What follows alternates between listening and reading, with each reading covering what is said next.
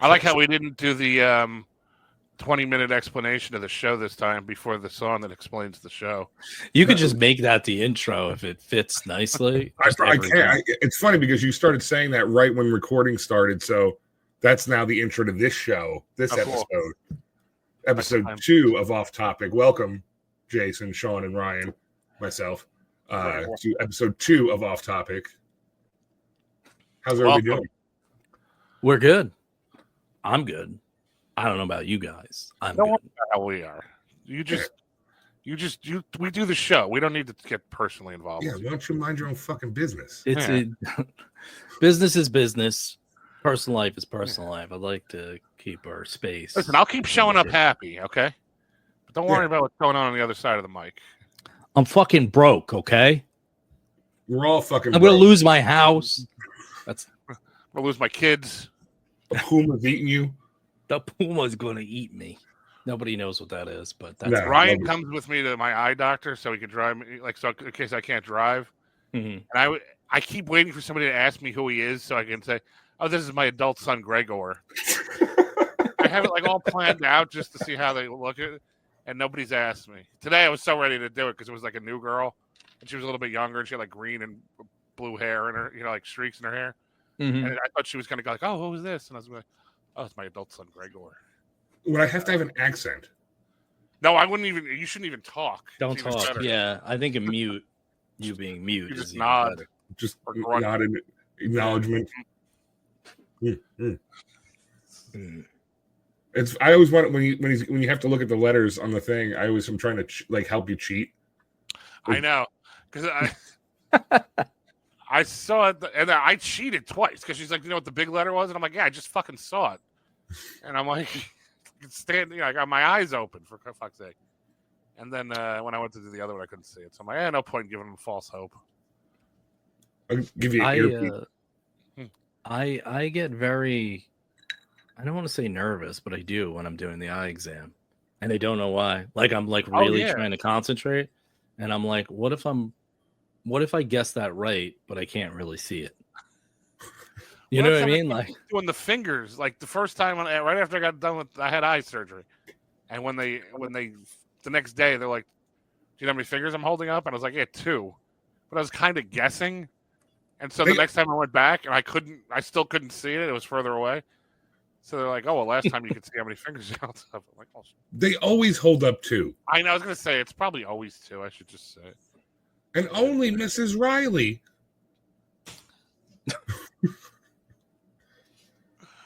So what are we doing tonight? I was watching the other day a moving picture on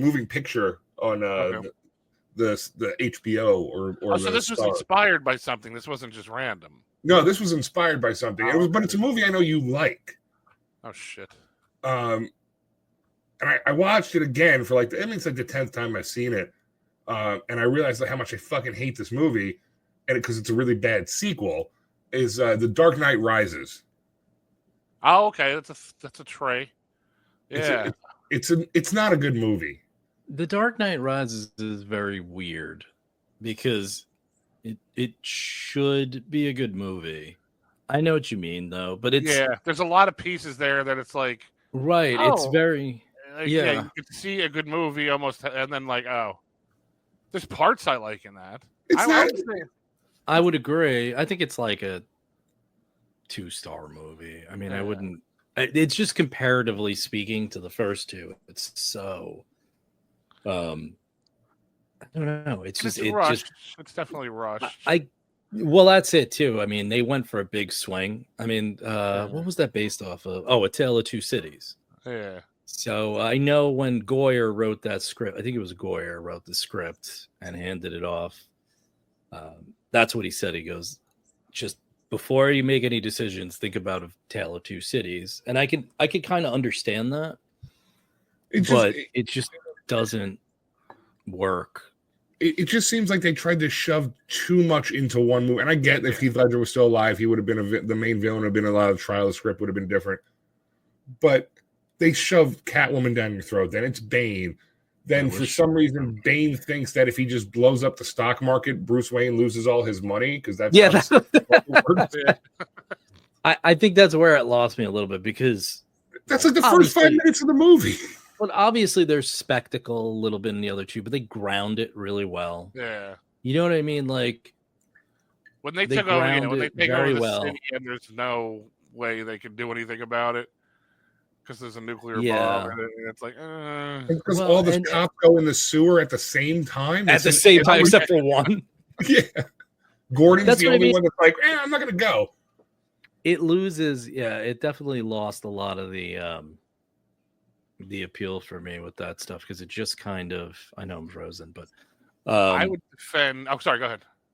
No, it's just it's a weird movie though because I really like Anne Hathaway as Catwoman, both just to look at and as Catwoman, which I realized I have a thing for Anne Hathaway if she has long hair. I think I say cat fetish. I was going to say, well, it's partly. I mean, I think I have a thing for obviously the leather. I think. Let's see. Yeah, I didn't mind. I liked her, but she's very good in it. I thought it was cool that she was like a cat burglar and she had like the cat. Like that was cool to me. Practical. Play on words. Yes, because it was practical, right? Bane should have been really good. He was good, I thought, as Bane, but I just didn't like. We were talking about this the last episode, right? When you were in Vegas and you saw that Haley Joel Osment movie with Pay It Forward. Oh yeah. Where everything looks like it's gonna work, but exactly. no scene works at all. Yeah, and that's how I feel about The Dark Knight Rises. I keep trying with it. Yeah, every time I see it's on. Because it's on now a lot, right? Like the last month. So I didn't watch the whole thing, but I watched a lot of it recently. And it was like the first scene I think is awesome with the plane. I think that's awesome. Yeah. I mean, great opener. That are good. Yeah. And then I think the part where he beats the shit out of Batman and it's quiet. Like there's no music or anything. It's just him beating the shit out of Batman. Like, victory has defeated you. You know, like all that. Like, that's fine. I like that part a lot too, actually. But after that, it kind of loses me. And then when he comes back and all of a sudden he knows how to fight Bane because he's angrier or some shit, I don't really get that. Well, but then you have the whole Talia Shire angle, or not Talia Shire. Talia Shire. That would have been amazing if that was just a random loop they threw in there. No, Talia al Ghul. Yeah. Stop the fight. You know what? Part of it was I just had an expectation after Dark Knight, The Dark Knight. Yeah, that I pictured him. But I pictured like when they said Bane, I was like, cool. So he's got to try to run from the cops and Bane at the same time and work. Yeah. Like I thought of him like cool too. I thought he was going to be really in his. Yeah. They just all of a sudden is like, you know, when he left that scene, I'm whatever Gotham needs to be. What did he do? He went home and just was like, fuck it. I'm over. This for a while. Taking a break. Time to spend that money. Yeah. What money? Bane blew up the stock market? No, after the second one. After the end of the second one. When the end of the second one. Yeah. The cops are chasing him. He's like, all right, put this away for a while. Time to put that jacuzzi in. Yeah, there was definitely a lot of loops. I also like how he was like, he was crippled. And then he was like, oh, this knee brace, this little band. It wasn't even a brace. It's like a band. And then one fucking prison doctor fucking fixing his broken This is all I ever needed. Yeah, I want the scene when he's in the pit. Yeah. And his back's broken. And some weird random guy who says he's a doctor, like it's Iron Man, like the Iron Man movie. Yeah. And he's just like, I can fix your back. Just stretch for 40 minutes and take a chiropractor. He's like, you chiropractors aren't quacks. Yeah. And then he's better than ever. He's like, oh, I can walk and I can jump. Well, I have to say, too, that scene, listen, I get it. Like, what they were trying to do was cool, right? His spirit was broken. It didn't really matter about the physicality. And that's kind of what I liked in The Dark Knight, right? Like, but I think one of the best scenes of all time is when they have the interrogation scene with him and Joker. Because the Joker points out a fundamental flaw that Batman has. With all his power and might, that's all he cared about is like, I can intimidate and I can scare you. And and Batman couldn't do any of that to him. And you can see how scared he is in his face when he's just punching him. And the Joker is like, you have nothing. Because the Joker doesn't care if he fucking kills him there. It's like he wins no matter what. But like Bane, I understood. Like, I broke your spirit. Okay. All right. He has to get his fucking spirit back, whatever. Which is just like a meaner way of saying I hurt your feelings. It's a really bad way to hurt somebody's feelings. Yeah, I'd rather just insulted me. Yeah. But that scene. you parentless fuck. Get out of here, you big fat fuck. Oh, that was saying to me. I mean, I don't know what he's gonna do Batman. But that you see that you just walking by. Like, what did I do? That scene where he tries to climb out is forever. It's like happens a million times. I'm like, oh my god, I get the point. Like, I really could have just done with him not doing it the one time and then being like, get your spirit back. And he's tied to that tether thing. And his back doesn't break. Right. Every time he falls, break his back. Every time it would break his back. Is this like a period of time where it's like, all right, like, doctor, can you fix my back again? And then he does it. All right, one more time. Also, get up on the table. I feel like I'm starting to dominate this now, but I just want to bring up two things. Where is that? Is that in the middle of like the Middle East? How does he get back home? How does he get back home so fast? Exactly. It's actually in Cleveland.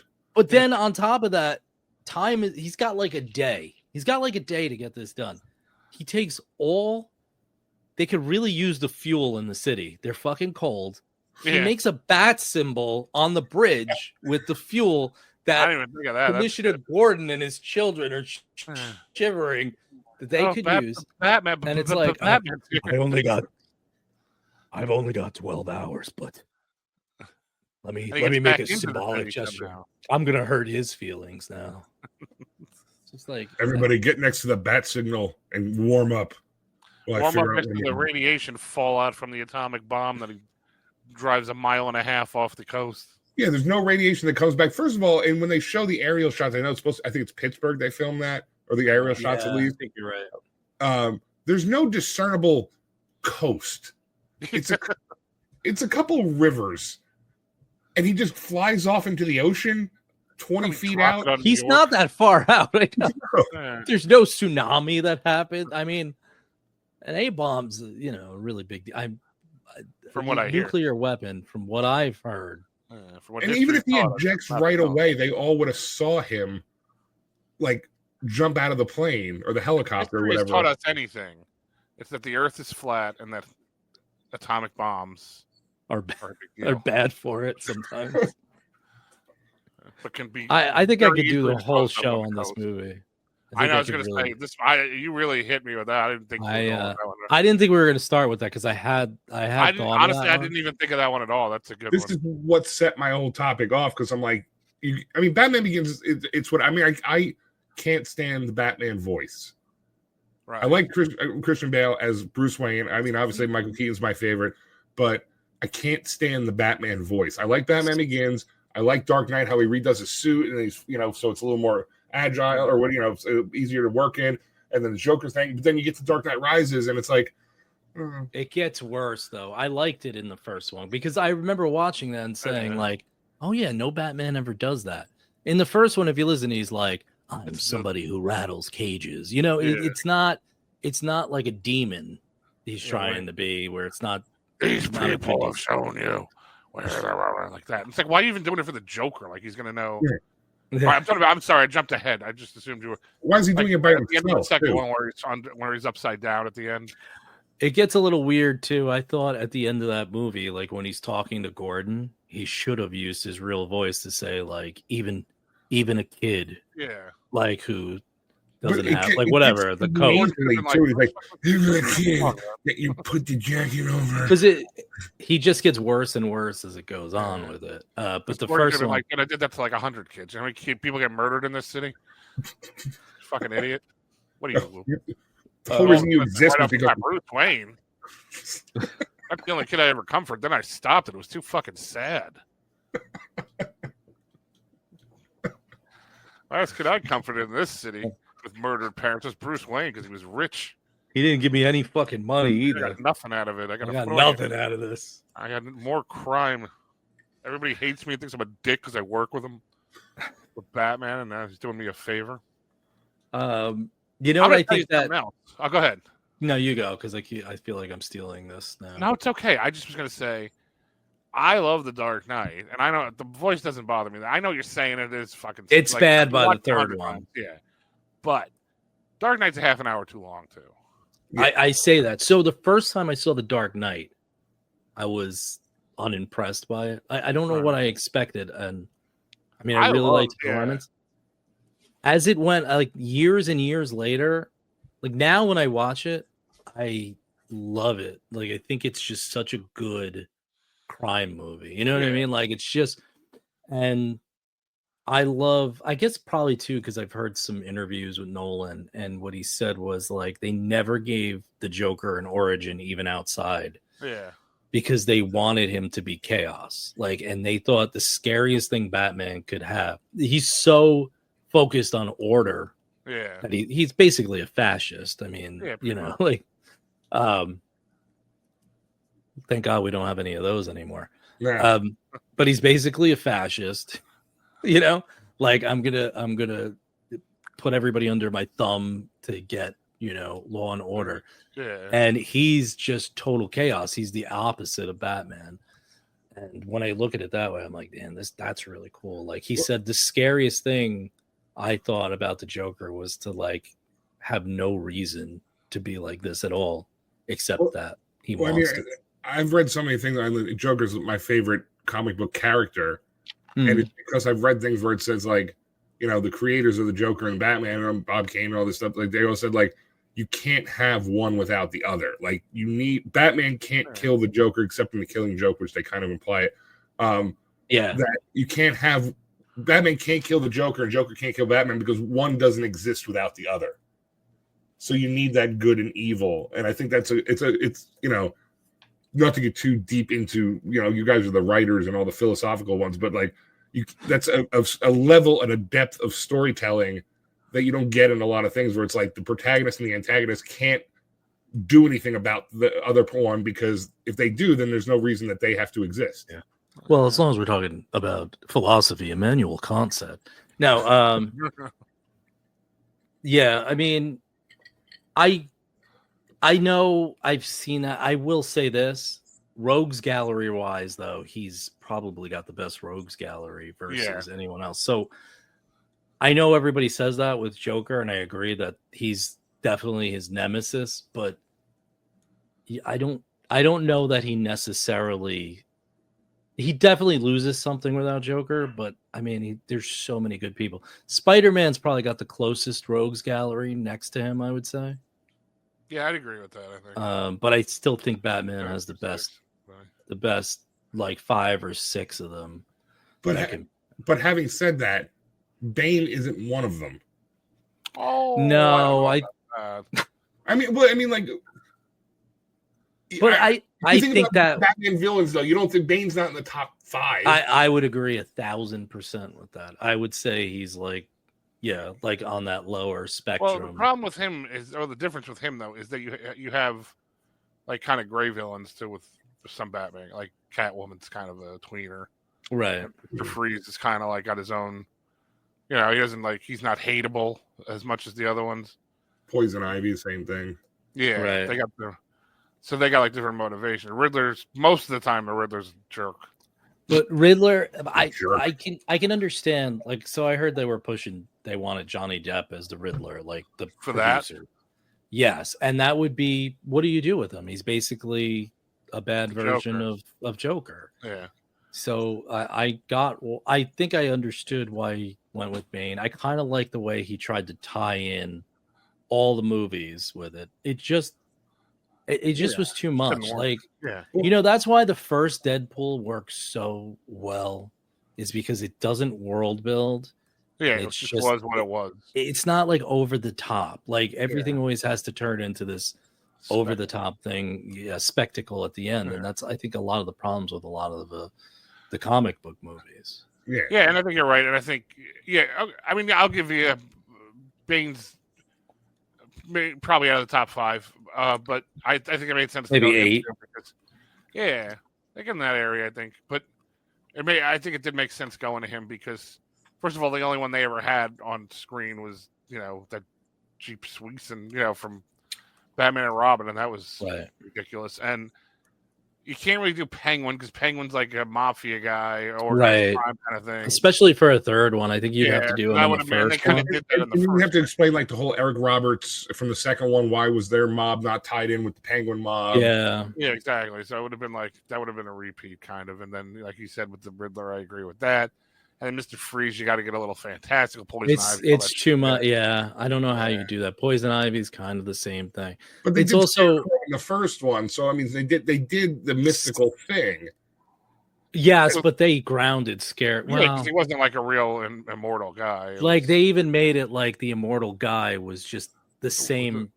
They were just using the same name. It's a parlor. And it was like the same thing as Batman. What he tried to do with Batman then, so that it didn't matter who it was. Right. It didn't matter who was Ra's al Ghul. It was just the next guy up. But but that was another thing that lost me too. And I was like, how does he have that gas constantly? Like, don't they have to keep recharging?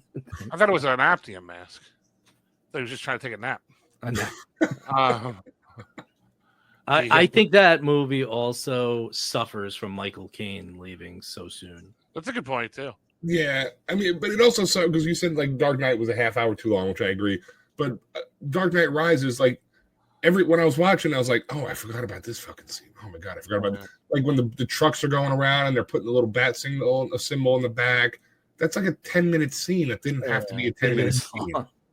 They really emptied the tank on that one, I think. I think they went for it, and it was just it was probably Nolan said he didn't want to come back unless it was interesting, and he probably was like, I'm going to take a big swing at this one. I'm just it's either going to work or it's not, and it kind of didn't. He got Matthew Modine. I guess that works. Yeah, that was weird too, because I was like, God, he could have been used much better. You know what I mean? Like, he had like a weird side plot that was like a throw-in that didn't matter to me. I'm like, I have no emotional stake with his character. Like the fact that and then he gets his balls. He redeems himself, and I'm like, okay, good for him, but I don't care. Put his suit, his uniform on, and you're like, you're supposed to be like, oh, great blues. Like, yeah, I didn't like. Was I supposed to cry when he put the suit on? Like, oh my god, he's coming back. He is a good coming back. I tell you, he didn't make it. And then it's stupid, like.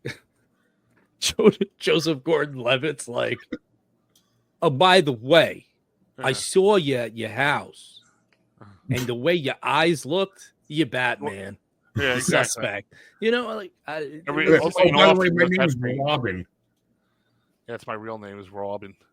Yeah, I mean, I gave him like a pass on that, whatever. It was at the end. He didn't whatever, but like, yeah, I know it was. I like your real name. That was like you were supposed to. You're supposed to hit your buddy in the theater going, oh, he's fucking Robin. Oh, damn. Robin. Even though Robin wasn't actually Robin's real name. But it kind of pissed me off, too, because what was cool in the second one, like you see everything starting, right? Like the first one, there's a fire in the mansion, and then Michael Caine says, it might be some good time to do some work on the west wing of the whatever. I didn't know I could do that. Wait, you think it was the real people? I laugh. No matter how many times he's got that right on true. Oh yeah, you're the voice guy. No, but in the second one, you see like, all right, they don't have it made yet. Like, and then in the third one, he's in the cave, but we never really see what it does. Only when Joseph Gordon-Levitt goes in there, like that thing. Or when he kicks the stupid thing when he puts his knee brace on. That's the only other time I think he's in the Batcave. Also, it bothers me that part, and when Bane punches the wall and doesn't go ow when he breaks the wall, like he punches a column, a stone column, and breaks it. Like he doesn't punch it once, mind you, if I remember this correctly. He does like a combination on it. He's like, oh, I missed Batman, but I'm in the groove. I gotta punch the shit out of this wall now. There's no cuts on his hands. He didn't break his fingers. They don't mention the fact that he's supposed to be just a roided jock on Venom. Yeah, well, that's the other thing too. And I guess maybe it would have been a 4-hour movie then. Yeah. Mm. There's supposed to be, I think, a really long cut of that. Is it Really? longer than the actual movie they released? I don't know. I could be making that up. I could be just. I'm a It's a 6-hour pathological cut. liar. I found I heard if I it was just a say it 6-hour cut. confidently, and If you play the DVD backwards, it's a 6-hour cut on it. That's like the Schneider cut. I'll talk about the Snyder cut, but Actually, you know what? what? I was gonna say, like, I mean, that could be interesting because Justice League is a terrible. It's a I horrible. love the something. Snyder cut, though. I love the I The like Snyder Snyder cut a is lot, great. yeah. The only thing I will say, you know, it's funny because the second episode I did with Sean, and it was supposed to be about Batman, and we talked about like Batman, but like everything, Yeah, if I remember that. But we were talking because it just come out. But like, I remember talking. Yeah, Zack like- Snyder's weird. He's a very good visual director sometimes. sometimes. Like sometimes he's fantastic.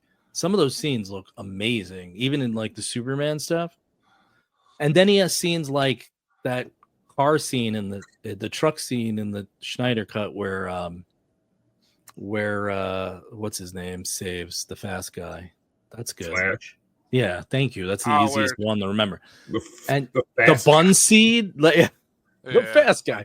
But there's like a scene where the guy's eating a burger and like the bun seed, it takes like a minute to fall. I'm like, this is showing off. Like there's no reason. Yeah, and I kind of hate how everything in those movies has like fire around it, so it just looks like CGI fires around everything. And there's a whole. I could do another half hour. Now. I could do the half hour on that. I will say this: my problem I had with him was that he tried to do basically what Nolan did. He wanted to ground a universe, make it sort of believable with, you know, some spectacle. He wanted to make it believable.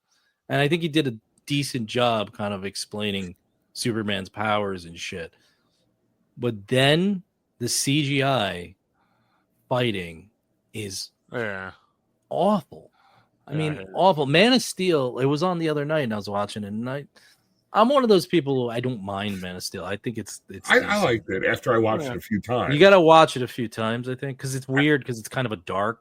And I like how Batman vs Superman ties into the ending of Man of Steel with the fight happening and Bruce Wayne's on the ground watching it. So I like how they tied that into it. But then like having Wonder, and I love Batman vs Superman, but it's like then you throw Wonder Woman in, it's like, okay, where did that come from? All right, I'm with you. And then it's like, oh, that Dark Side. Okay, still with you. And then it ends, and then you go right to Justice League, which I love, and I think it has a great Joker redemption at the end with Jared Leto. I think that 5-minute scene of him as the Joker was better than Suicide Squad version. Yeah, but it's like that 5-minute scene at the end was I didn't like Suicide Squad, but I didn't like Suicide Squad Joker as much. I'm saying I didn't like that movie at all. No, the movie was garbage. I mean, I didn't hate him as the Joker, just the script kind of sucked, and apparently the David Ayers cut is way different. I was gonna say he said he filmed enough for like a whole film, and they used 7 minutes, so I don't know how to judge him on that. But then you had the redemption scene at the end in the Nightmarescape, which was supposed to set up Justice League 2 and 3, which would have been amazing. Which I think could have been interesting. Yeah, I think they should just do like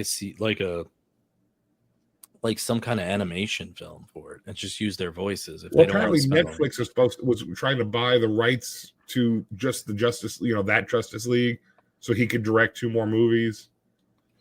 But you know what? That was kind of amazing how that went about, because I remember for years, like released the Schneider cut was all over.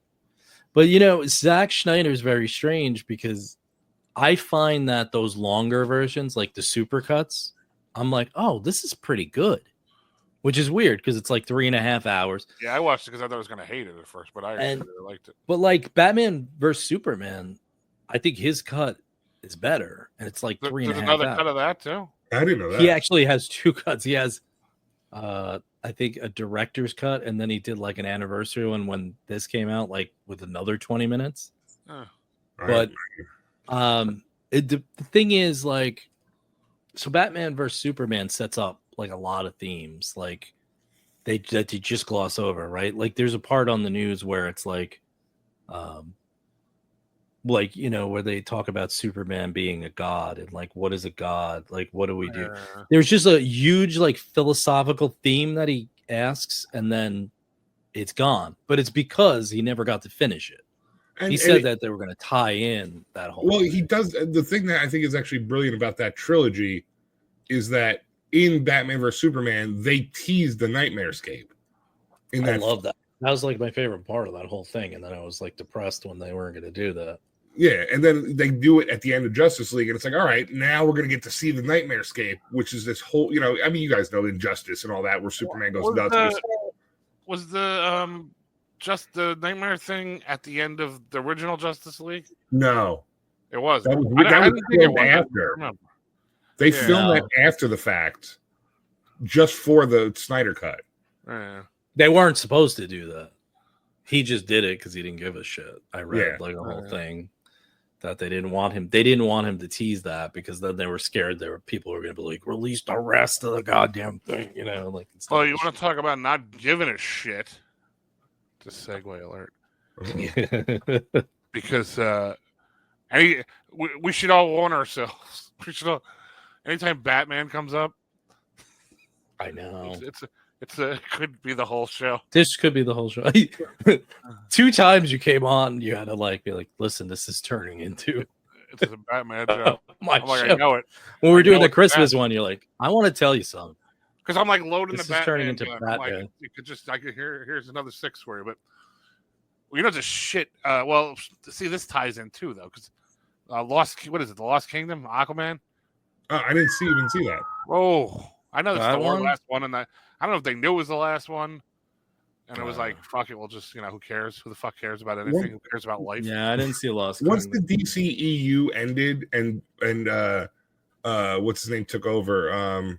James Gunn. James Gunn took over and changed it. I didn't see Shazam 2. I didn't see Black Adam. I didn't see Aquaman 2. Like, I didn't care because it's like I'm Blue Beetles and other like. I'm not going to invest it's same with the Marvel movies. I'm not going to invest myself in something that's not going to go anywhere. So that's why I stopped watching a lot of Star Wars movies because it's like, okay, I know. That's like, okay, how much can I invest myself? And then I'm just going to be disappointed. Like Snyder Cut was kind of the last one where I kind of got blue balls on the, oh my God, Nightmarescape. Nothing. Yeah. True. Well, no, I just watched it because it was on. Don't bring up Star Wars. Yeah, let's just for the record. I could go on for 3 hours. Forget I said that. I'm just gonna say, I don't want to talk about the new ones because that'll be a whole other thing. Of the originals and the original 6, the first 6, because there's enough times passed. I think the second one's the fucking worst. Thank you. And that's it. I think the second one. That's why I got like really pissy when they were getting shitty. I know you don't want to talk about these two, but like The Last Jedi, and I was like, it was worse than Attack of the Clone. Attack of the Clones is one of the worst movies I've ever watched. I mean, the setup in there is terrible. I actually think Phantom Menace gets too much shit. Yeah, it is good for a kids movie. It's got Liam Neeson, who's great in it. Ewan McGregor does a good job in it. Yeah, they have. Like, listen, I'm always going to be partial to the Vader Luke fighting stuff. Yeah. Because of the giveaway, and I just like the emotional dynamic of it. All right. But if somebody watches the first 6, tells me the Darth Maul fight is the best one out of all of them, I can't argue that. Like, that might be the best fight in all those 6. I'm going to disagree and agree. I'm going to say that the Obi-Wan Anakin in Revenge of the Sith, which I think is just on par with the original 3. That's too long, though. But it's like the emotional build. You just said the emotional build. I like the emotional build up to you were my brother, Anakin. Like that. You want to see a grown man cry when he's drunk watching that at 3 a.m? Be with me when I'm watching that movie. I'm not saying it's bad fight. It's an incredibly good fight, but there is like, what's up with the swashbuckling in the middle? Like, did we need to do that?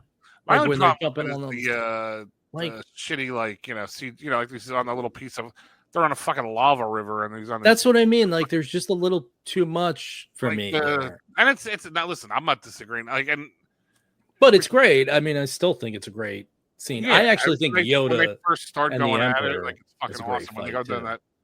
that fucking aisle, and it's Yes. that's fucking incredible. That's awesome. And the scene where they're actually like doing the thing where they're just looking at each other, like that is to show that they know each other's moves. Yeah. Yeah. No, I get that. I still think my enjoy favorite Darth part of a Maul. lightsaber fight is still when Luke goes ape shit at the end of Return of the Jedi. Yes. Oh yes, I would of probably course. agree. And the music fucking swells up and shit. That's cool. I mean, the Darth Maul shit's fucking awesome too, but that's a whole other thing. You know what? Shit, it happened. It fucking happened. Yeah. Guys. I just hate. Here. So that's like one of my favorite scenes. I always say one of my favorite scenes in like cinematography is that what you're talking about, where he goes ape shit, and the way they do that in like the dark, like he comes out and then the saber just comes out of nowhere, goes fucking crazy and cuts his hand off. And I love when I just wish he didn't add that no in when Vader stands up all like hobbled and shit, and he starts, but like he's a robot. Dude. He's basically like a robot at this point, but he has no face, but you know his express, like you could see it in him, like that he was torn. Shoulders are like he kept going. Yeah. And my other favorite scene is Empire Strikes Back at the end, because they set it up really well, right? Like you don't know Luke's his son yet in the beginning, but he is obsessed with getting to Skywalker, and you're like, well, it's because he wants to try to train him to be, go against the Emperor maybe or whatever.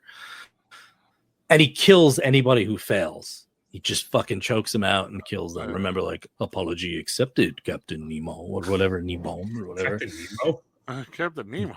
Nebom or something. Yeah. At the very end, they have them caught because they disengaged the hyperdrive on the Millennium Falcon. Oh, yeah, that guy's face. Yes, and when he gets it, when C3, I'm sorry, R2 gets it, and they go, that guy, like, his face, he just walks up and looks at it, and Vader looks back, looks at outer space, looks back again, and he slumps, and he just walks away. And I'm like, God damn, that's a lot of fucking emotion for somebody who has no facial expression. Yeah, no, they do a good job with that. Yeah. All right, quick. What's your? Give me a movie. I guess we're going with me. What's up? Man, we really did get off topic. I'm waiting to use that. I have to say, you could go with any sequel to Jurassic Park. Oh wow, okay. I like the third one. I'm sorry. I will give you that's better. I can enjoy that a little more. Except for the fact the kid survives on the island. No, the third one's the one with. I take that back. I don't enjoy that shit at all. Lost World was the second one with Jack Goldblum and Julianne Moore. The third one was with the guy from the first one, was Sam Neill. Mm-hmm. Goes to the island because not Paul Giamatti, the one from Shameless. What's his name? William H. Macy. William H. Macy, and Tia Leone's kid is stuck on the island, and somehow he survives by getting Tyrannosaurus piss, because he says something like, "You don't want to know how I got this." But it introduced the pterodactyls and like the Spinosaurus, which was supposed to be a badass. So I didn't mind that one. I didn't hate Lost World, the first one. The first one's not terrible, but it's really just, it's a mindless thriller, right? Like, they're all mindless. I love the whole universe. I think the first one's actually a very good movie, though. Is it? Yeah, I think so. I mean, there's some scenes there that are, wow. Okay. You mean Jurassic Park? Yeah. Yeah, I'm talking about the original. I mean, it's entertaining. Yeah, but it's fun in that Spielberg way that he was good back then, like watching an Indiana Jones movie. I mean, it's a little deeper. He did the second one too. Yeah, but that just seemed like a cash grab by that point. And then I don't know. The Lost World is just like fucking mindless. They're all mindless, and at that point, I just think the first one's like an actual movie. Like at least they they kind of explain things in a way that makes sense on the island, like how it works. And They spared no rest of- expense, but they only hired Wayne Knight as the only IT guy. well, And Samuel L. Yeah. Jackson has no idea what's going on. do you know that there was a whole thing, and I thought that he was his son because he said, thanks a lot, Dad. Do you remember the IT guy says something like, "Thanks a lot, Dad"? Wayne Knight is Yeah. Newman. Yes, but he says to the old man when the old man's scolding him, "Thanks a lot, Dad." I don't remember And that part. originally, I thought, I was like, God, he's not torn up about his son getting eaten by fucking raptors at all. I Yeah. read this whole thing that the two little kids Mhm. are clones of his actual kids because the kids died and because the kids never screamed for their parents. So they really have no parents. I mean, I read all these fan theory things online. I'm a sucker for all the I love clickbait. them. Yeah. Even though some of them are kind of ridiculous. But it was like they're supposed to be like the kids in Jurassic Park are the clones of his actual kids, or him and his sister or something. And it's like because they never scream for their parents, you know, when they're getting attacked by the Tyrannosaurus, and it's like this whole thing, and it's like, oh, well, it's a little deep. That's really what the internet is just a place to put any idea you fucking ever have and let it be there forever. It was kind of cool when it first started. Now it's just like The internet's over. It's done with. the dead internet theory. You ever hear that one? No, That's an interesting one. It's that everything, 85% of the internet is just basically bots at this point. And it's just like repeat. So it's like just training. I think that's how AI would win. I don't think it's Terminator 2 scenario. I think it's just fucking like these guys are weak-willed. Let's just fucking make them destroy well, democracy. I'll tell you what, half the women on dating sites are bots. Do you like when you go to meet them? Are they just bots? Is that a bad thing? They're actual robots. They're fembots from Austin Powers. No, they're Speaking actually of bad sequels, As I say, they're actual T800s, by the way. They're just show up with no T800. skin. They just sit down. I didn't mean to not participate in that last one. I am embarrassed to say this. I've never seen any of the Jurassic Park movies. you've never seen the first I never saw the Jurassic first. Park? I have no idea how. Wow. I've seen the beginning of it, I think, and that was like, like dinosaurs. Fuck this. I don't know why. That's one of those movies I could watch anytime it's on. I and probably would enjoy it. like it. I just never I saw don't know it. if you would. I don't know. I might. I like some I like some simple, just stupid movies sometimes. That's the first like true CGI movie though, right? Yeah. If I remember Well, correct. it was CGI and it was also animatronic. Yes, but that dinosaur, I know, is CGI, like the chase scenes. In fact, No. there's a whole when It's he's not. chasing. It's they do it. I mean, George Lucas is really the CGI guy, but they do it in a way. Let's have him on. They do it in a way where it's like the dinosaurs actually, the legs are moving, and they do it so it seems like it's moving forward. I don't know. HBO used to have those making of things before the movie came out. Why do you lie? Make things up. I'm just Like trying you're to, cool. Like you're a smart guy. I You're don't not need you to smart. try to prove yourself to me. Like if you don't know this, I used to love those fucking HBO things. I probably no, saw but that. I watched something on no, it was Netflix. They did that like the movies we grew up on or something, and that was one of them. And they were talking about how they told the guys doing the animation or whatever they were doing not to do the CGI. It's too expensive. It's too this and that. And the one guy is just like, I don't give a shit. I'm doing it. And then some executive walking in and saw it and said, I love it. You guys, this is great. And the guy had it like play along with it. you're talking about Iron Man because Robert Downey Jr. didn't want, or Jon Favreau didn't 2008. That's not the first CGI movie. want. You're talking about Netflix, millennial. Sean was talking about the old. I'm HBO. not a millennial. Sean was talking about the old HBO making of when you see, like, I watched the Naked Gun 2 making of on HBO like 8 times. You just broke my spirit. Sorry. Now you'll buy permission to die. Dude, Jurassic Park at 30, how its CGI revolutionized the film industry. I think they used stuff, but I mean, I don't know that it was all stuff. Yeah, it says don't know. Jurassic Why am I even Park guessing? used pioneering computer-generated imagery to bring From dinosaurs to life. Lucasfilms. Well, yeah, I mean, I'm not disputing that. Stop saying that George Lucas had nothing to do with it. I said George Lucas. You're like, let's have him on. Like you want to quiz him. Like he's a cuck. Like he's some kind of cuck. Yeah. Some kind of CGI cuck. So I know he almost just did Austin Powers too. I would agree with that. I like 3. I like Goldmember. 3 was better than 2, I think. Yeah. You know what? I hardly remember it to even give you my. But yeah, that's the problem. I'm thinking about it. I got one in the chamber that I think I'll save for the end, but not the end, but like later. But I was thinking about like ones I didn't like, and 2 of them you probably haven't seen in a while or at all.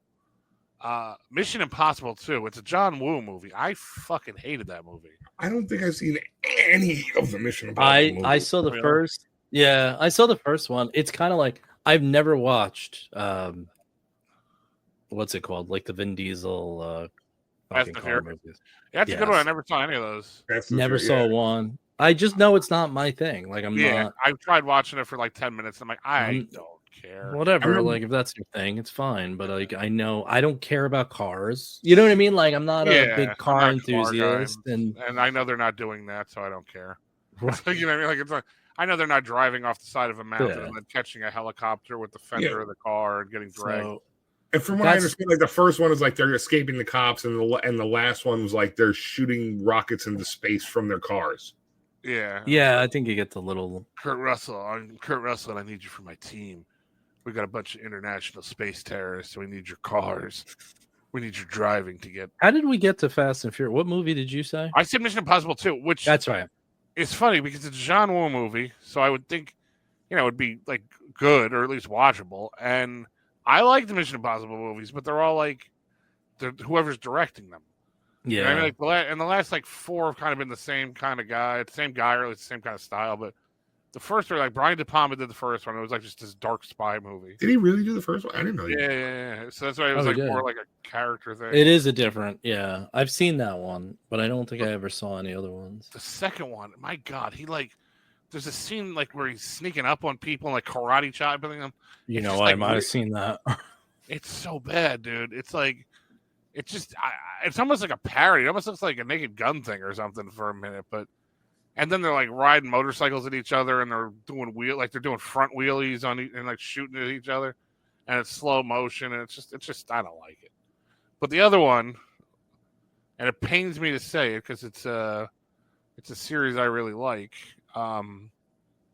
is Lethal Weapon 4. Yeah, I was thinking about that one. I don't know. I gotta. It's the I know you like. I know 4, but I don't dislike it. I don't know if I dislike it or I just don't like it. I what? I guess I don't know if I don't know if I just don't think it's good or I dislike it. That's what I guess I mean. Like it's not like the same. Like I know a friend of mine hates 3 and likes 4. Who hates 3? Christian, because it thinks it's like with the good gang thing. It's like over sentimental or something. Which I guess maybe I don't know. But I like 3. I like all 4 of them. I can watch 4. I just like when they go like start throwing Danny Glover's 60 years old and throwing haymakers at Jet Li.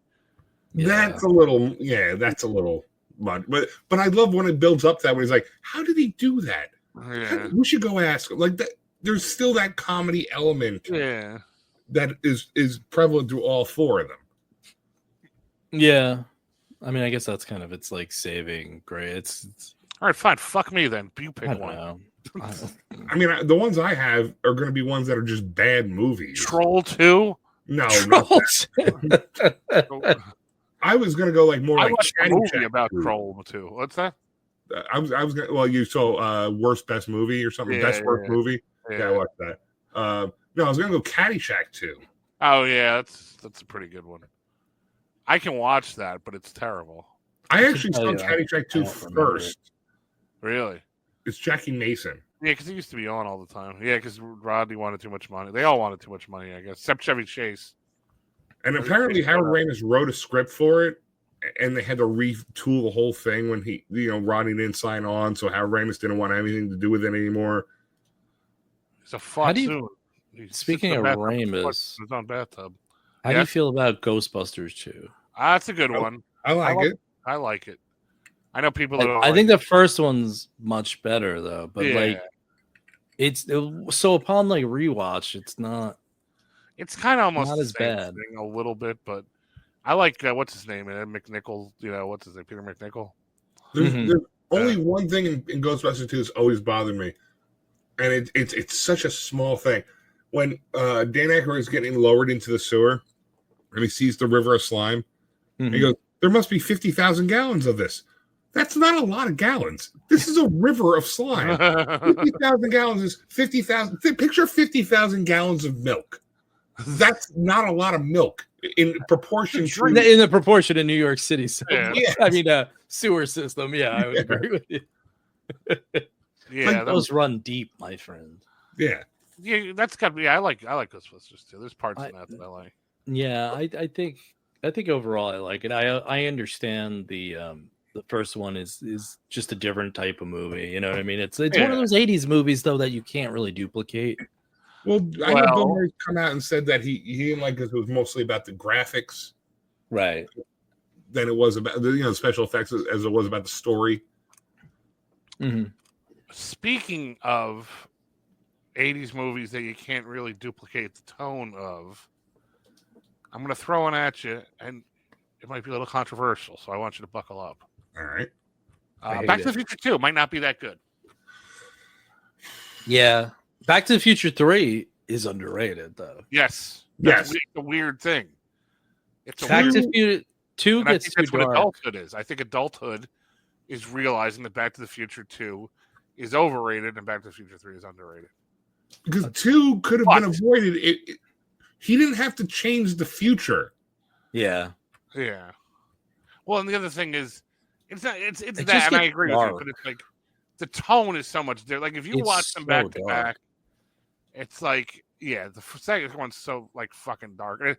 Like the stuff in the but the third one's not. Like it's fun kind of. The third one's fun, right? The third one's like a fun movie, but the first one in and of itself is perfect. It's almost a perfect movie, except for the fact that he wants to fuck his mother, or his mother wants to fuck him, or whatever it is.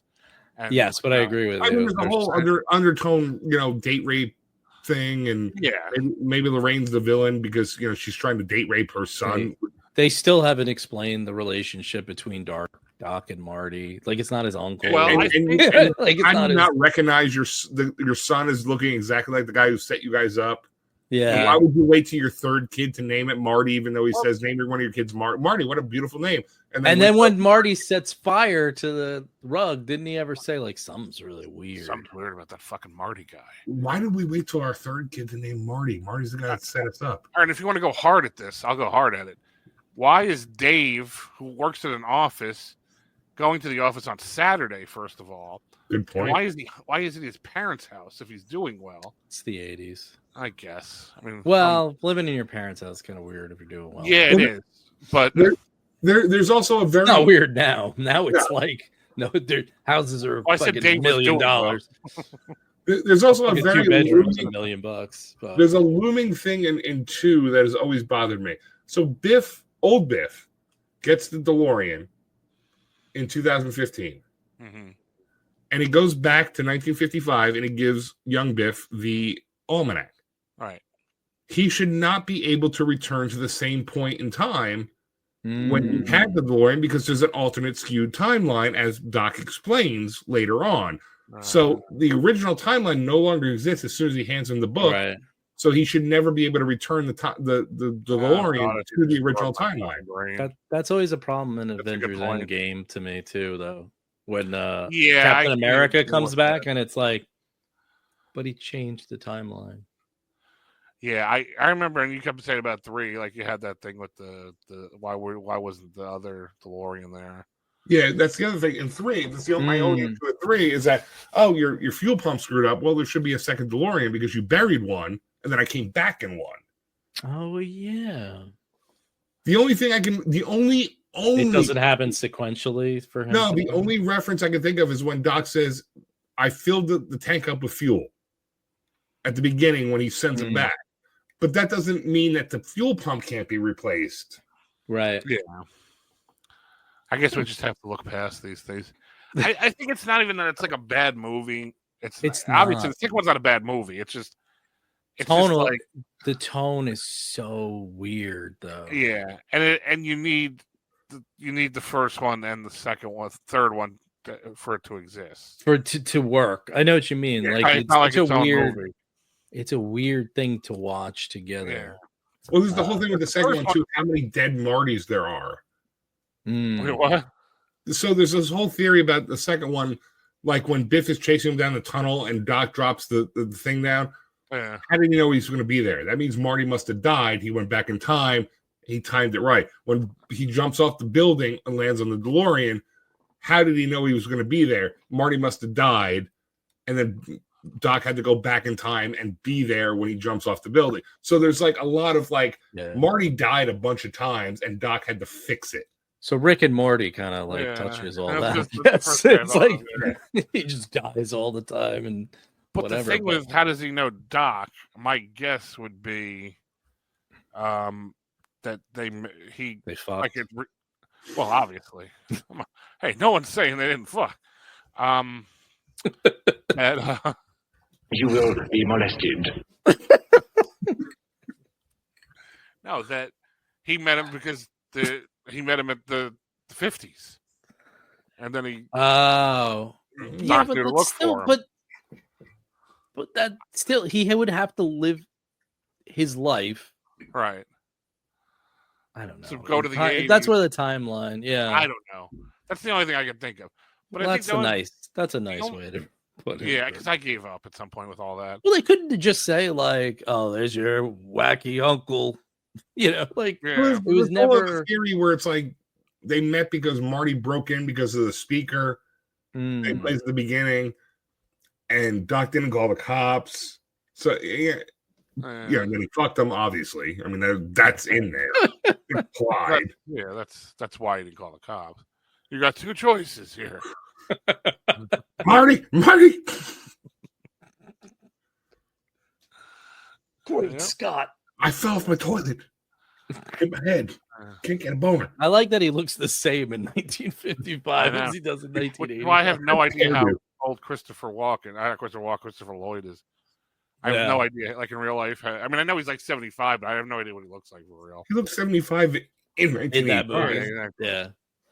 I mean, but I guess old, the point with it is like, I like it. I'm not saying I don't like Back to the Future 2. I'm just saying, like, Back it's to the definitely Future 1. Lee's favorite though. Yeah, I mean, Back to the Future 1 is if it ended, if they never made a sequel, it's fine. It's a perfect movie. They do the tease of like they're going to the future, but who gives a shit?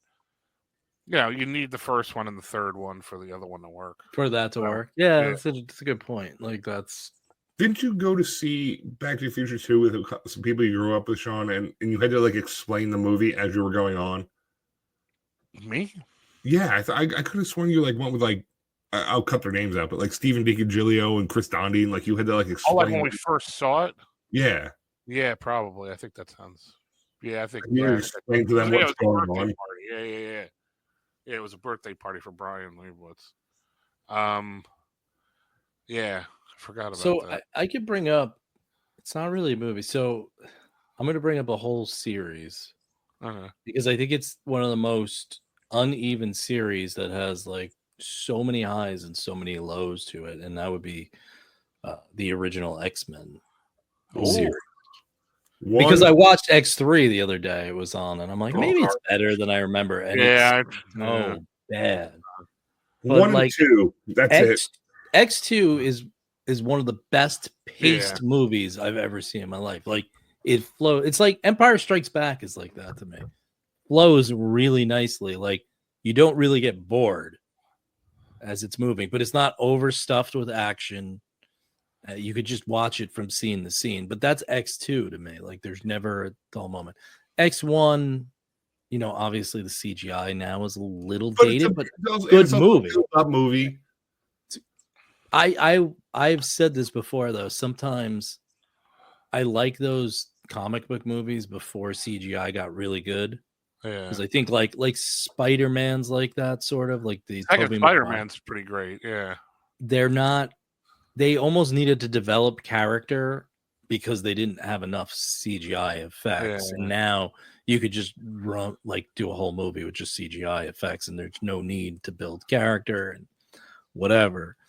But X-Men's a weird one because, like, all right, so X1 and X2 are fantastic. I mean, you can get into X-Men First Class is a really good movie. I like First Class, yeah. I think is okay. Oh, see, I love. Yeah, I like that one a lot. That's one of my favorite of it all. That might be my second favorite. They fucked up so X3 is terrible. Yeah. But then they tried to do Dark Phoenix a second time, and it's worse. I still haven't watched that one. Oh my God! Watched it the other night. I watched it out of the way. I watched it on HBO when it was there, and I was like, because I had read like some review about it, like, how do you make it worse? And I'm like, well, it can't be that bad. And I'm like, it is worse. Wow. And I like that cast a lot too. What about Apocalypse though? I didn't see Apocalypse. That wasn't that good. That was okay, it's but very mediocre. Again, I like Oscar Isaac a lot, and yeah, and I didn't really get much to do. You know, that one's Apocalypse.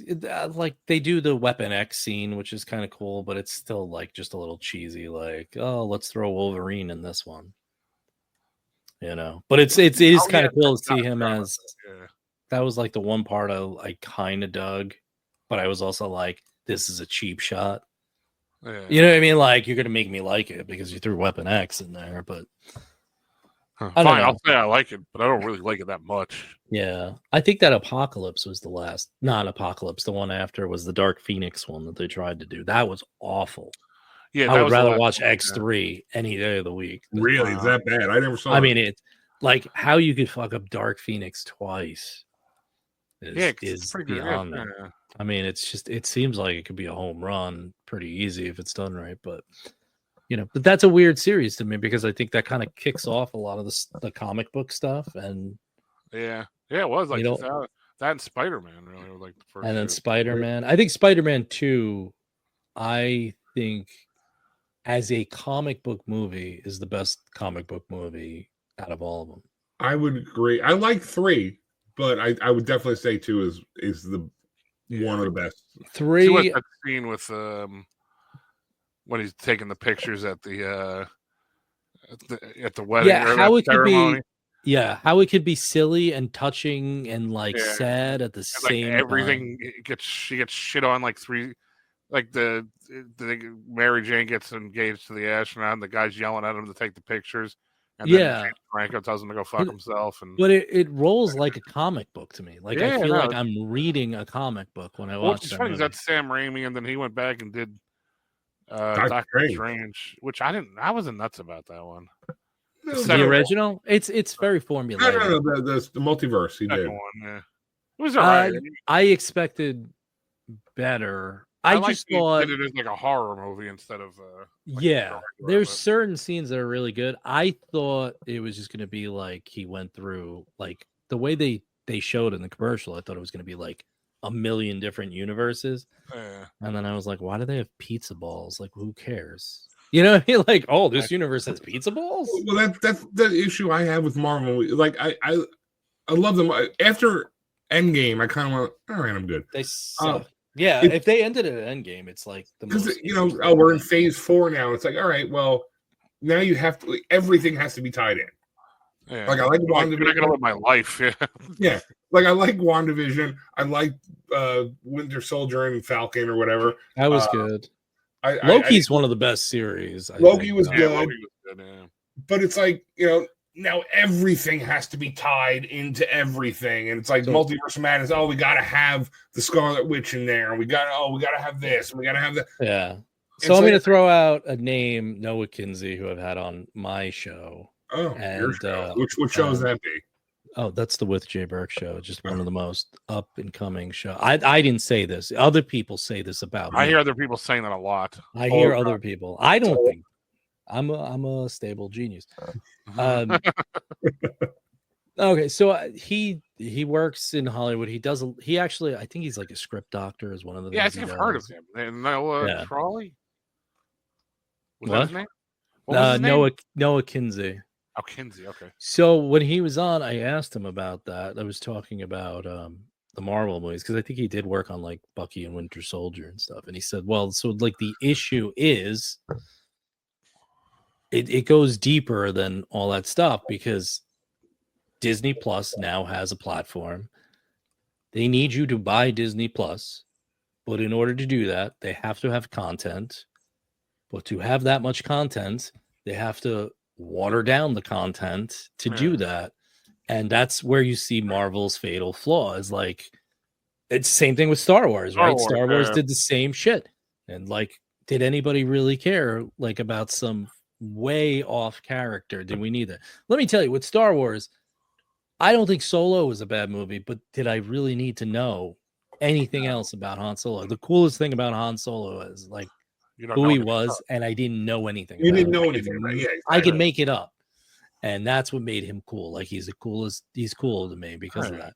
And now it's tainted. I still don't think it's a bad movie, but like if you look, like you'll see, like even Marvel's CGI has suffered. I mean, compared to DC's, it used to be much better to me. Like if you look at Thanos versus Doomsday, I mean Doomsday's a joke next to Thanos to me. No. Do you think Doomsday it looks like good CGI to you? No. I thought you meant character wise. I think you went character wise. Doomsday is a better character than Thanos. In the movies? No, in the comics. Oh, in the comics, yeah. That's yeah. You know what's funny? Thanos is kind of like schlocky in the comics to me. Yeah. He's like, I really like Lady Death. I got to get all these stones, and he's much deeper in the Marvel movies, which is weird because they're not really that. Yeah, deep. if you're talking about movies, yeah. Yeah, no, I think Doomsday is way better. I agree with you on that. But yeah, I mean, it comes down to there's just they're in a catch-22. Like they need eyeballs on the screen, but they're watering down their product as they do that. That's the issue. Yeah, no, I agree. I mean, the funny thing with go ahead. No, I was just saying, thanks for bringing us down. The funny thing with the Star Wars stuff is that the further they get away from the original storyline, the more I like the stuff like Andor and. Why don't they just do Knights of the Old Republic and basically soft reboot it? Well, wasn't that what stay away from Skywalker? What was that show that you were watching, Sean? Andor is. Oh yeah, the fucking the Acolyte. Acolyte was. I kind of wanted to watch it. I like it. Yoda had Darth Plagueis. I don't think Yoda was like teased. I don't remember if he was. Actually, I was back of his head. You see the back of his head in one episode. Yeah, I like that show. And they talk about Darth Plagueis. You see him for a second. I know he's in it for a second. I saw the. And they fucking canceled it. Yeah, I know. I saw that. So they wanted to do this like High Republic era, which is weird. I don't know much about it. I know that would have worked for that. Yeah, but like I think Knights of the Old Republic, it's like 10,000 years before. And then all they have to do is you have a million Sith with it's like the video game is like awesome. So like I mean, even the commercials for the video game, you're like, what the fuck? Like, why don't they just make that a movie? Even the Old Republic, the open world game. That's what I mean. Like, did you ever see the commercials for it when they? I'm not talking about Knights of the Old Republic. There was the Old Republic. Oh, the Old Republic one. Yeah, that was great too. I think. I don't think there's a win. First of all, I think the Star Wars fan base is literally the worst one out of all of them. I think every fan base. Yeah, Star Wars is like the original. But let me. Yeah, that's probably true. Yeah. But again, to throw this out.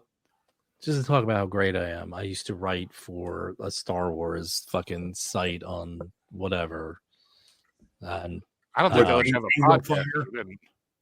Years and years ago, just because I was like, oh, whatever. GeoCities website. Yeah, it was like through Fansided, but it was called like Dork Side of the Force. It was really kind of embarrassing now. I still see stuff from them. No, they're still around. All that I was not really happy with the ending of this movie. So, but like, all right. So I started writing there because like I don't know. I was reading something about The Last Jedi. I think I made a bet that I could be like, I don't know. I don't remember. I started writing there. And I was like, yo, this will be fun. And I was like, I want to like get into writing and stuff again. And I'm like, well, I don't want to do anything too like, I don't want to get any like, I don't want to do politics because people just yell at you. And I'm like, well, this will be safe. I was wrong. I was wrong. I was so fucking wrong. These people, it was the weirdest thing. Like, because they would have their own like, you know, like Facebook and Twitter pages, and then they'd release like an article I did, and I'd be like, oh, happy, and then I'd be like reading comments, and it was like, I still have it saved. Like the first one, I think I was defending The Last Jedi, and some dude writes, you could take your bullshit. It was something like, I know what you're doing. You could like push your leftist agenda only so far. And I was like, because I like The Last Jedi, you got all like he dissected me through this. But it was weird. Like I'd go on and you'd see somebody like, this guy's the absolute fucking worst. And then it was weird though, because people like act like they know you. And it's not like I'm a famous person. So I can't even imagine what a famous person goes through. Yeah, but I'm looking at comments here and it's like somebody's defending my honor. They're like, what Jason's really trying to say isn't what you're taking it as, you know? And they're arguing. I'm like, you don't even know, like nobody knows me as a person. The problem with Last Jedi, if I could kind of like, because you said it, there's problems with it. I agree. It should have ended when Luke walked out in front of all the fucking AT-ATs and the whole Empire or whatever it's called, the New Order. When he walks out and he just does that shot where from behind him, where it's just that should have ended the movie. And what, like go to the next movie at that point? Because if I was watching that and it ended with that scene, I would be like, "Holy fuck, what's happening?" But what I liked about it though was it tried to be different. You like the casino scene? No, that's the only thing I really don't. The horse racing scene? No, but that's part of like the casino scene. You like the fact that the main stormtrooper died with no backstory? He was one of the guys who wrote comments on your stories, I think. I was.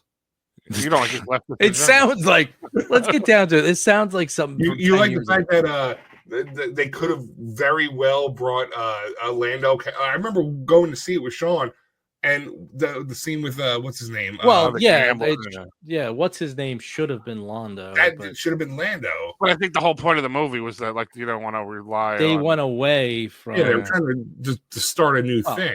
Let's be honest. The biggest fuck up in that whole series is in the first one. When they decided to make it. No, they never get the original cast together for one scene. One shot. They kill off Han Solo, and it's over. And like Mark Hamill's talked about that, like how we never had one scene together is beyond me. But you know, it's one of those things too. It's like when I watch some of the Star Wars stuff, like they get into a little bit like what was it? Which wasn't a good series. The first of all, I hate Boba Fett. Whatever, fuck him. I got in trouble because I wrote like a whole thing about that too, like how overrated Boba Fett was, and they're like, this guy doesn't watch Star Wars, and I went into like this whole diatribe about like, yeah, he's got a cool suit. That's it. Like that's all he is. He's just a cool suit. That's it. It's dented. I get it. Like whatever. Yeah, they did that Jango Fett.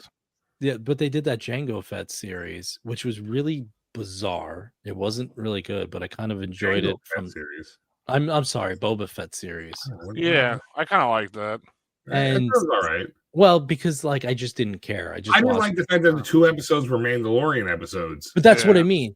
But even before that, they have the Luke Skywalker episode where he's with Ahsoka, and I'm like. It's weird to watch because he's building the Jedi Temple, and I'm like, he's just gonna die. Like he's gonna become a hermit. Like it's everybody got shit on for the sequel trilogy. Like there's nothing. Like your heroes don't. Truck driver. They're basically divorced. He's like abandoned his son. Luke fucked up and is hiding somewhere. it's so like your heroes are just, you had this vision of like them as this heroic thing Well, bringing in this new That's why I generation. stopped watching some of it because it's like I don't need to know anymore. Yeah. But like it's ruined now. Like it's done. Like Yeah, you can't put the I genie just back in the kinda bottle.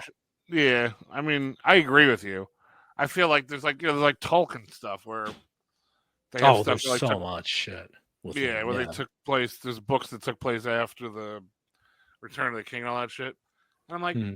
you know what? I'm good because all they're gonna do is Yeah. fuck it up for me. I know. Like I have closure. Like if Return of the Jedi was the last movie, I'd be like, I'm good. I have closure.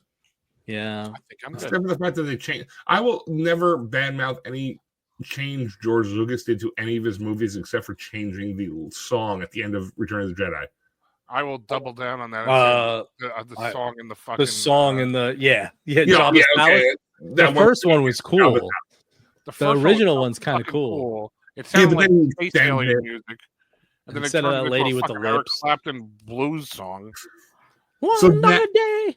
That and the changing the song at the end of Jedi. Yeah. Those are the only two issues I've ever had with anything George Lucas has done. Fucking what? Like why? Yeah.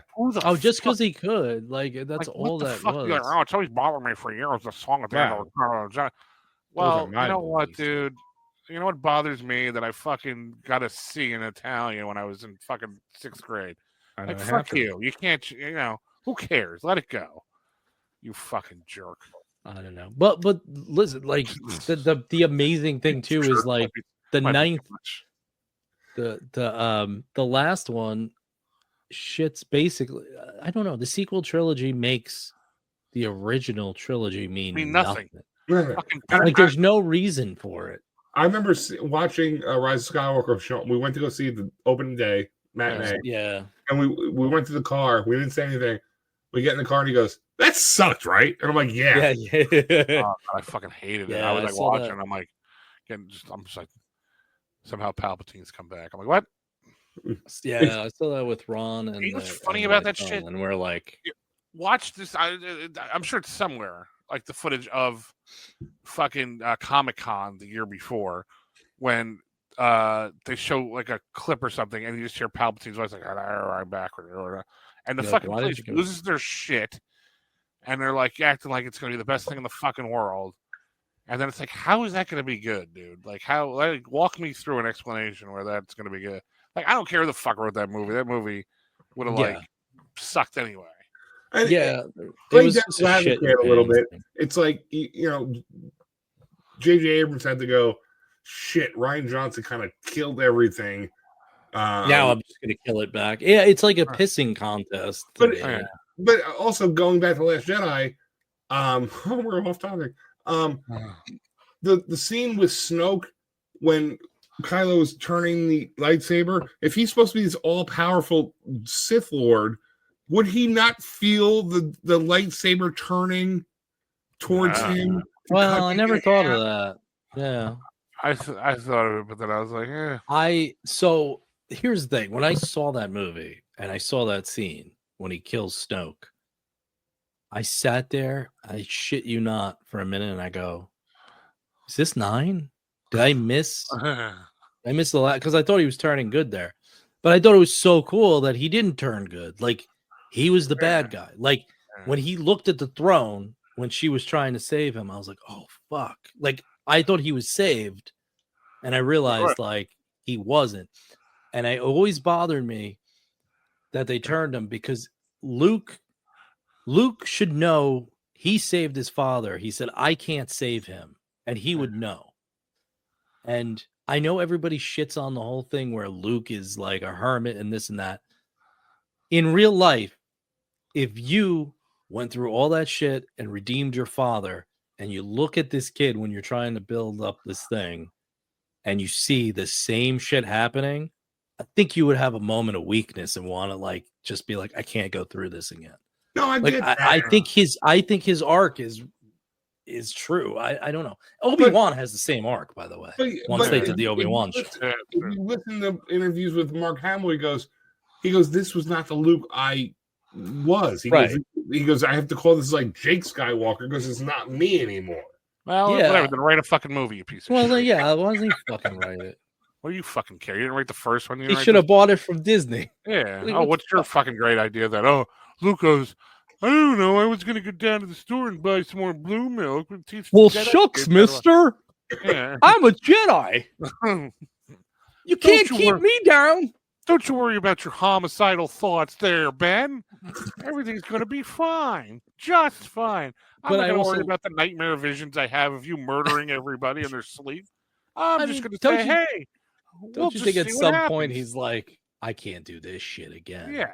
Like, I mean, and then Lucas did also give them 3 scripts for the sequels. Yeah, but they were mostly porn. It was a lot of porn in that. Yeah. A lot of porn.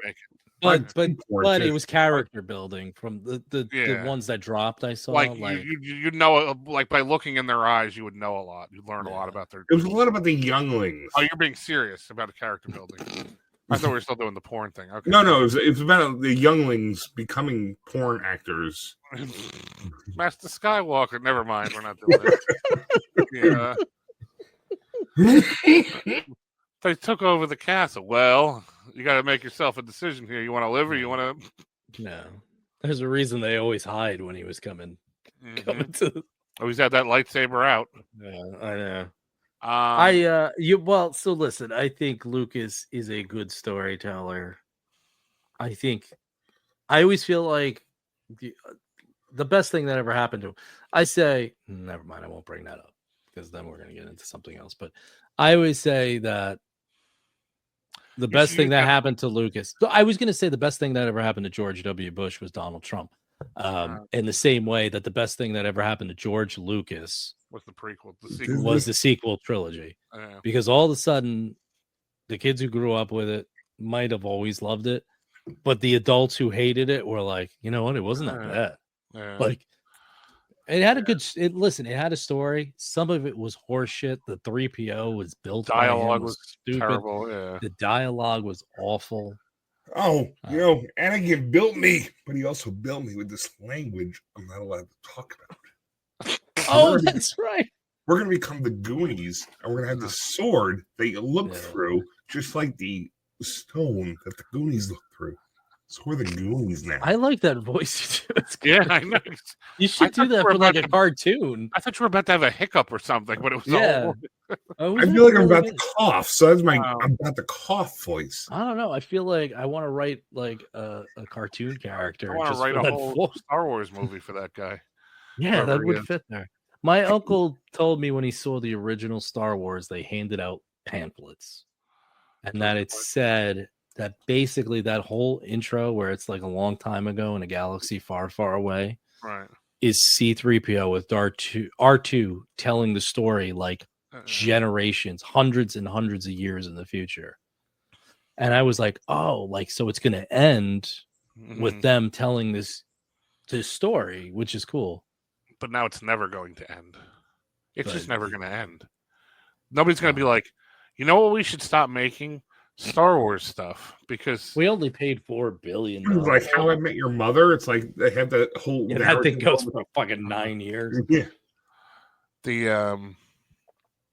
You should use that clip from when Jay said, I don't want to bring that up because then we'll start talking about it. Or we'll start talking about that. That should be like in the intro or something.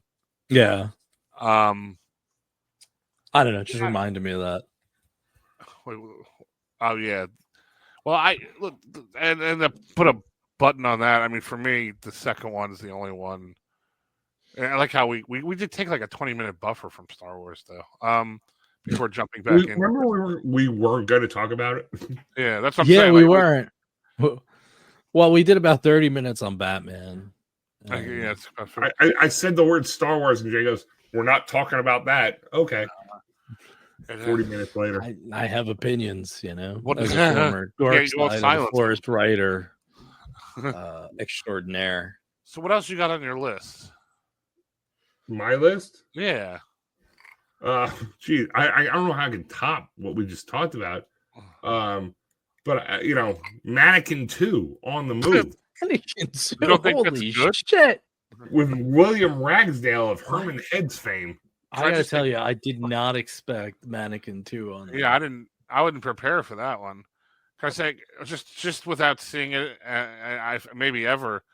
Fuck Mannequin 2 and fuck Weekend at Bernie's 2 while we're at it. Oh, I didn't even. That's kind of what it is. Yeah. And listen, as long as we're talking William Ragsdale, fuck Fright Night 2. Well, he wasn't in Fright Night 2, was he? Oh, maybe he wasn't. He was in Fright Night 1, definitely. No, Roddy McDowell wasn't, I don't think. Or maybe Roddy McDowell was. Both of them. Oh. Well, then who was the girl trying to seduce? The girl vampire? Well, in Mannequin 2, it's Christy Swanson. Yeah, but I'm saying there's a girl vampire in Fright Night 2. And I thought it was Ragsdale. Maybe it's not. Because he was trying to... Ragsdale was too infatuated in the first one with, what's her name? Marcy Darcy from Children. Who was his girlfriend. It's weird? Terminators drop off very quickly. Oh, God. I stopped. I had to stop. They're like a rookie who comes up and goes like, the first 10 games is like, this kid's got something. He's got 4 home runs and he's hitting like 584. And then by the end, it's usually a Yankee. It's Shane Spencer. Or somebody. He had 6 home runs in his first 10 games. Kevin Moss was another guy. Kevin Moss. Kevin Moss is going to be just under Babe Ruth. Yeah, we got to keep him. We got to Donnie Baseball. Better watch out. That's how I feel about the Terminator movies because the first 2 are so good. And ironically, I think a series that you wouldn't have thought had legs. Predator. Oh yeah. Oh yeah, that's true. Predator 2 is pretty good, and it's completely different.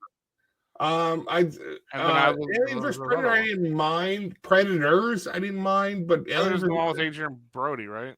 That's Predator. That's Predator. That's Predators. The Predator sucked. Which one was that? That's the one where I think it's Shane Black actually directed that one. Oh, he wrote the first one. It's the one where it's similar to Predator. Predators is the one where they ship all the people to the planet. That's Adrian Brody. The Predator, I think it's called, is the one with the guy who played Mickey Mantle in 61. Oh, Ned Beatty. Yes, Ned Beatty. Thomas Jane. And then there's Alien vs. Predator Requiem. Sucked. All right. Oh yeah, I didn't see it, but I only saw the first Alien vs. Predator. I don't even think they were all good. I just think like compared to Terminator, where they keep trying because didn't they do like a thing where they just pretty much wiped out everything that happened in 2? Yeah. When the last one, like John Connor gets blown up as a boy. Well, so Dark Fate is the direct sequel to 2. Right. Where John Connor gets killed by a second Predator a second Terminator that they send to Earth. Which seems smart. Yeah. If we could send one, why don't we just send another? Do it once. So I think it's Dark. I think it's Dark Fate. The last one they made. Yeah. There's a second Terminator that gets sent to Earth. He gets killed by John Connor gets killed by him, and then he ages and gets married and adopts children. Oh, he's Arnold. It's Arnold. Yeah. And it's Linda Hamilton, and there's another Terminator, and there's the good Terminator and the bad Terminator, but Arnold's still the Agent T-800. We're a antiquated technology. Not to keep bringing him up, but you just made me think of like one of the best memes I ever saw they made like a fake quote, obviously, but with Donald Trump. It says, why do time travelers keep trying to come back and kill me? I'm just a real estate developer. It says Donald Trump 1984.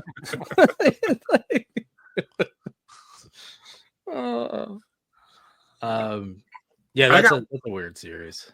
I got one for you that you've never heard of, that I only heard of today. A sequel? Yes. Okay. Splash TOO. No. I can tell you, I think I've heard of it. I've definitely never watched it. Do you know what year it was? It was You know what? It's not Tom Hanks though, right? No, it's not. It's so Splash. Tom Sizemore. It's 1988. Wow, 1988. Okay, I thought It was 1988. Amy Yazbek is playing Daryl Hannah's part. Sure. Todd Warning, who played Tom Hanks' role in Nothing But in Common TV series. Right, I remember that. Is playing the Tom Hanks role. Donovan Scott, who is Leslie Barber in Police Academy 2, is playing the John Candy role. Wait, who? The mother, remember the mother? Oh my God, I know who that guy is. Yeah, I know exactly what you're talking about now. Yeah. You remember in what was the Police movie? Academy? We talk about that. Sorry, go ahead. No, I have that one on this list too. Remember Opportunity Knocks with Dana Carvey? Sure. Remember the redhead mother who she steals the earrings from? Yeah, isn't that the one from What About Bob, who's the doctor? Yes, she plays a mother in that movie. She plays Tom Hanks or whatever's Flash's mother. Todd Warning's mother in this one. So it's didn't do good? Huh? It didn't do good? No, didn't do good. It was directed. Oh, it's a made-for-TV sequel. Yes. Did Clint Howard direct it? Instead of Ron Howard? I got you. Well, I mean, it makes sense that there would be more than one mermaid. Another Splash. I would say mermaid. It's just a different character. Yeah, another Splash would have been a good name for that. Splash 2. Although they did try the TOO, In Teen Wolf, they tried the TOO. So I wanted to bring that. I was going to bring that up before. Yeah, that's a pretty good one. Yeah, because they changed styles too. They changed that. To, like a mullet and sucks. Stuart Franklin. He was in a weird movie. Exactly. Yeah, the first one's a very weird movie. Dean Cameron. I don't know. I mean, I'd have to rewatch. I liked Teen Wolf as a kid. I still like Teen Wolf. It's terrible. But I haven't seen it in a long time. But I remember Teen Wolf 2 being like, it's unbearable. Yeah. Unbearable. And I love Jason Bateman, but Jesus There's Christ. one scene in Teen Wolf 2 that I remember. It's the only scene I remember. He's wearing a full blue suit with red Reeboks. Really? And he's dancing. And that's the only scene I remember in that whole movie, except for the fact that he's a boxer. Yeah, I was going to say, all the kids in the Teen Wolf movies are way too excited about there being a werewolf around. Yeah, they don't. And then they get way too freaked out when he freaks out. Like, they get, way too surprised, when he freaks out. It's like Mick in the first one. I'll talk to Teen Wolf if you want to. Who, by the way, for some reason on IMDb for years was billed as Mike Piazza playing that role. I have no idea why. Yeah, it's not him, but on IMDb I used to go to that, or maybe it was Wikipedia, is one of them, and it always used to say Mike Piazza playing Mick, and I'm pretty sure that's not right, but so anyway, he calls his mother. He says that. Oh, are we still on? It's still recording. Yeah, I was gonna say it's still. Did you not want us to see him take another drink? Was he shamed? I mean, I didn't I didn't know what was going on. He says he goes to the dance. He pushes him down to something about I'll shoot your mom for stealing chickens from my hen or something. And Michael J. Fox gets pissed off and scratches him. And Wolfman, and that's right. And they're like, everybody's staring at him disappointed, I thought you were a better wolf than that. Yeah.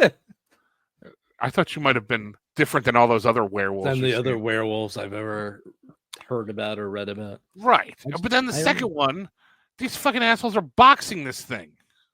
Oh, right. In college. They're like, oh, well, he's a werewolf, but I guess it's illegal. There's nothing against boxing. There's nothing in the rule book against boxing a werewolf. Go fuck yourself. And then these fucking kids are getting the shit kicked out, and they probably have CTE. Because this guy's caving their head in. Wait, you're talking? I can't. Ryan, your mic's on. No. Did you move the? Did you pour the drink whiskey into the mic instead of your mouth? Did not. It's just there. There was another boxing teenage movie, if you remember. Meatballs 2. Really? I didn't know that. It was about an alien boxer. Are you serious? How did I not know this at all? I mean, I knew there was a Meatballs too, but I didn't know that that's what it was about. It was about an alien that was a boxer. Really? Was he at camp? It was at camp. Was he good? He was a very good boxer. Yeah. Did he win at the end? Huh? Did he win at the end? Of course. The alien boxer did. Yes. Oh, because he was a good alien. It was a good alien. It was a very nice alien. See, I should change my attitudes toward aliens because I immediately assumed that. Yeah, why does it always have to be? And then, like an Independence Day alien or something. That's what you always think. I'll tell you what, though. You want to see a great basketball montage for the 80s? You dip into Teen Wolf at the end there. Oh, yeah. Yeah. Terrible basketball play, but a nice rah-rah. And you got Enrico Palazzo, the fat guy, Francis from Pee-wee. He's Chubbs doing a hook shot, doing a green sky hook in the middle of it. Yep. Nice. Well, I'm a half hour past what I promised I would. Oh, yeah, that's right. I forgot about 10 o'clock. Like, it's 10:30 already. That's your fault for bringing up Batman first. I know. That was you. Did I bring up Batman first, or was that not Ryan? Not Ryan. I didn't expect him to come out. No, neither did I. He came out swinging. So yeah. The only other one I think I had was Godfather 3, and there's nothing really to argue about. Yeah. With that. It's good. Yeah, I had Teen Wolf 2 I was thinking about, but Ryan got to it. So. If you make a sequel to a really good movie, basically, it's hard to keep the tone. And usually what winds up happening is they wait too long to make the sequel. Like if you look at like a Indiana Jones or something like that, or even the stupid Star Wars ones, it's like when they wait years and years and years, you lose the tone. Even Back to the Future waited like 4 years to make a sequel, and you kind of lose the tone in it. So I think that's where a lot of these movies lose. Yeah. Back to the Future is weird because they filmed the two consecutively. Yeah, so it's 4 years, and they kind of they back fit, but but the other one kind of doesn't, and it's like whatever. I mean, I think that's what happens. You just lose your momentum with it, or whatever. So yeah. It's like a little weird now, though, because now they kind of plan out everything in trilogy at this point, At least, nobody brought up a James Bond one either.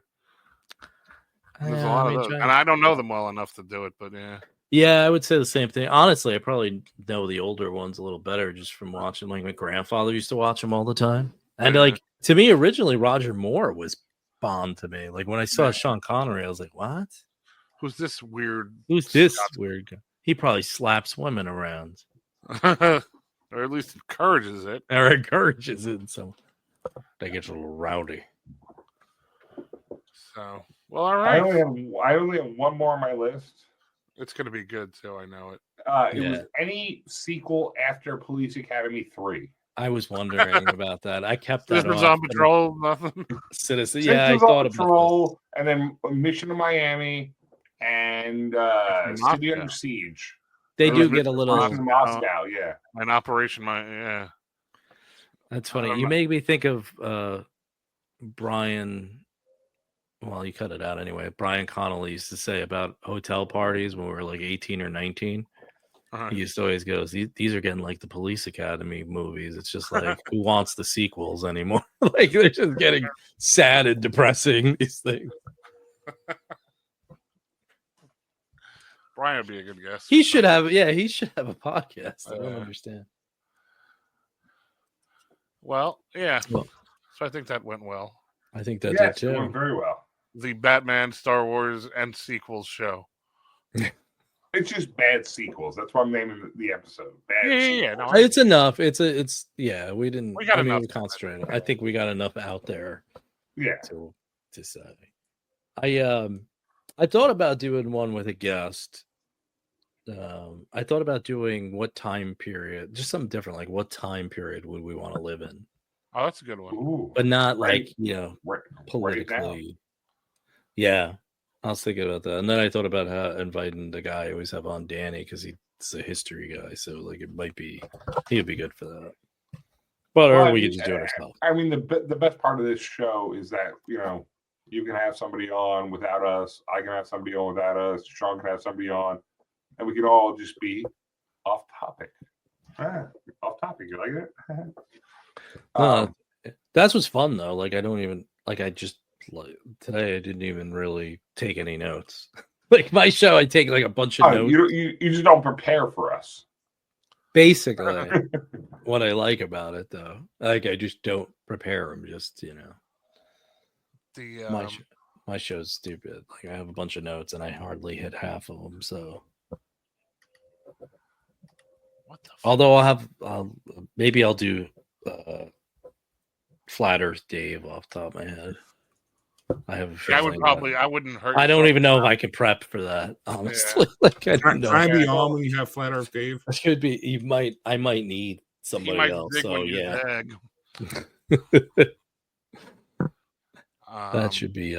Yeah. I'll just keep going more over what the Earth is flat. It's triangular, sir. I would just no. What I would do is I would just act like I've never heard that theory before. Like, wait a minute, what? And then you get them to explain it, and then just keep getting them to explain it. Like I'll just be like, wait. First of all, I didn't know it was round. Wait a when minute. people say that. Even better, you see how many times you get it. Like you intro the show with saying you got to see how many times you can get them to explain it, and then keep a counter going on the screen. It's actually really good. Or if it's just audio, you just do a bell every time. Yeah. That's actually good because I can just edit it in. Like, exactly. Yeah. That's funny. You don't even just get one of these little things that I have and just have every time he says something, you're like, oh, it's not working. Of course, it will. Nice.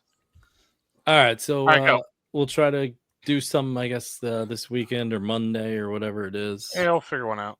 Okay. Yeah, I like the Obsession one, so because I think everybody's got a good thing on it, and we all do. I know what I want for it, so I know what I want to do, so I think we should be good. All right, cool. Whatever, yeah. All right. Jay, where can we find you? Oh yeah, right. Oh, you're gonna cut all that out in the middle there. Yeah. Sorry, I didn't. You could find me wherever you listen to any of your favorite podcasts. It's called the With Jay Burke Show.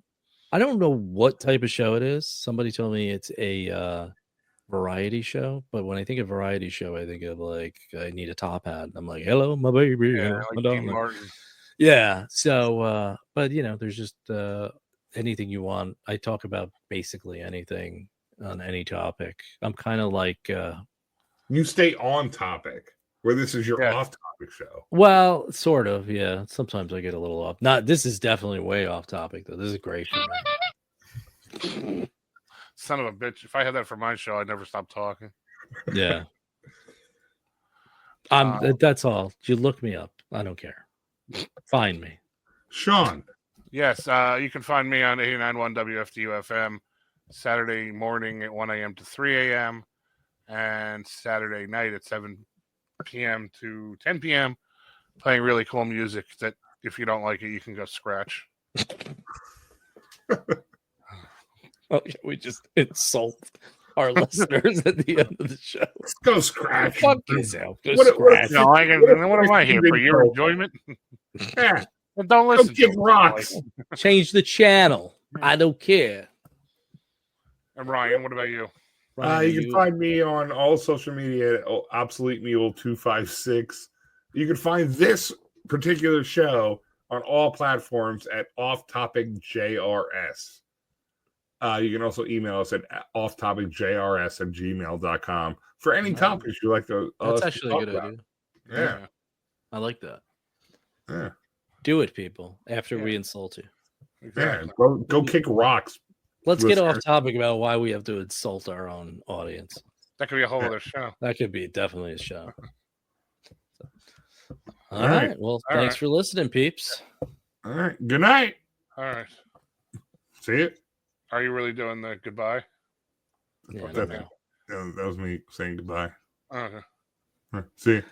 Yeah. All right. Now I'm saying goodbye. Yeah. But I'll talk to you. I'll shoot you guys a message. All right. Cool. Hey Jay. Yeah. Fuck you. I don't know how to end it. I'm just trying to end it. Oh, fuck. Oh, it didn't work. I tried to leave the studio in the middle of like, fuck you. I even cut the fuck you in half. because I was like, I don't need the whole thing. Fuck you and your perfect hair. Fuck you and your soundboard. That was an ordeal. What did we learn, Palmer? I don't know, sir. I don't fucking know either. I guess we learned not to do it again. What you just said is one of the most insanely idiotic things I have ever heard. What in heaven's name are you talking about? At no point in your rambling, incoherent response were you even close to anything that could be considered a rational thought.